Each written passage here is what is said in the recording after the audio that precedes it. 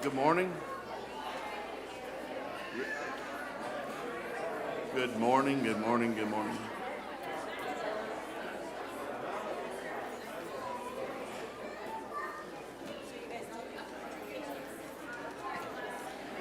Good morning, everyone. I believe it's probably past time to begin our services, but all this good visiting going on, I hated to interrupt it, so I'll let it go for a few minutes. But if you could find your way to your seat, looks like we may have to open up some more pews. That's a good thing. Lots of people here this morning, and we're very glad to see you. To our visitors, we're glad to see you, and we hope that you come back and visit with us anytime that you have the opportunity. In the foyer, there are bulletins there in the foyer. They look like this. If you haven't picked one up, you sure may, and look at the recent news that's going on. I have no further announcements at this time, and we'll start in with our kids' time.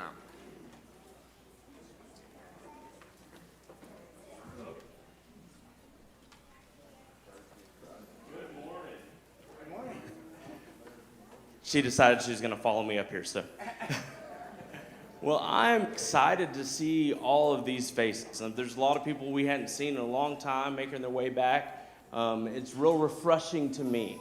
And I can't wait here soon, hopefully, I don't know when, but we'll be able to come and do our Kids Minute like we used to. I love getting to come down here and visit with the kids before before we have our service together.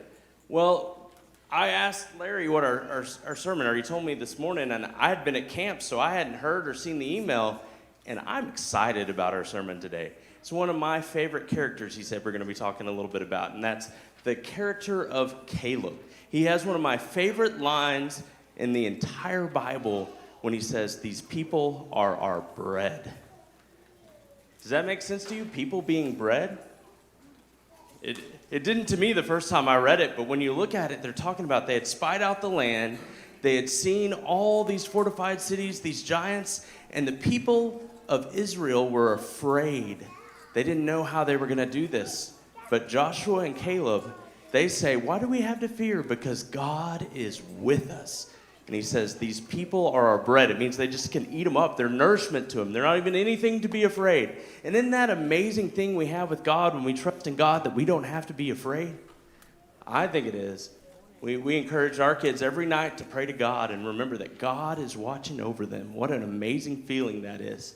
So this morning, we do still have some clipboards out there as they kind of scattered and done. If you need some more, they're back there. If you want to draw or illustrate, I didn't get them up today, but maybe I can put them on the website or something. And we'll try to get those pictures up. If you want to write down a word, I thought faith might be a good word to kind of mark down and count together as we listen to Larry's sermon and we learn about what it means to trust in God that way. So I thought we'd sing a song here. And we've sung it a lot when it's come recently, but I think it's so fitting. I think that's why it keeps coming to my mind whenever we talk about the Old Testament, especially this part, that song about my God being so big, so strong, and so mighty, there's nothing that God cannot do. So let's sing that together. My God is so big, so strong, and so mighty, there's nothing my God cannot do. My God is so big, so strong, and so mighty, there's nothing my God cannot do. The mountains are his, and the valleys are his, and the trees are his handiwork too. My God is so big, so strong, and so mighty, there's nothing my God cannot do for you. Thanks, guys.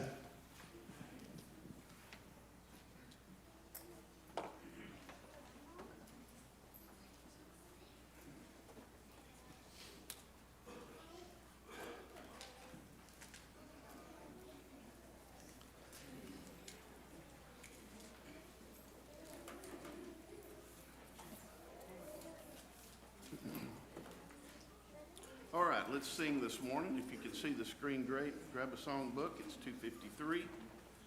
And let's sing together. How shall the young secure their hearts and guard their lives from sin?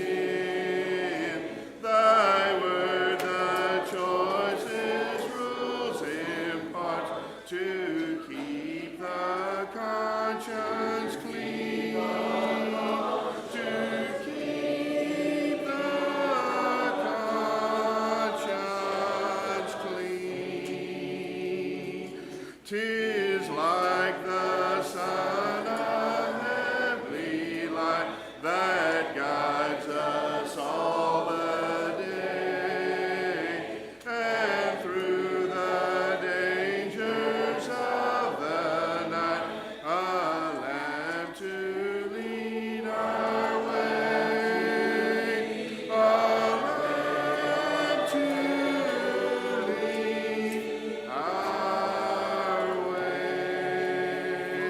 Thy word is everlasting truth.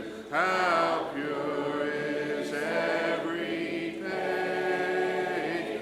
That holy book shall guide our youth and well support our age, and well support our age.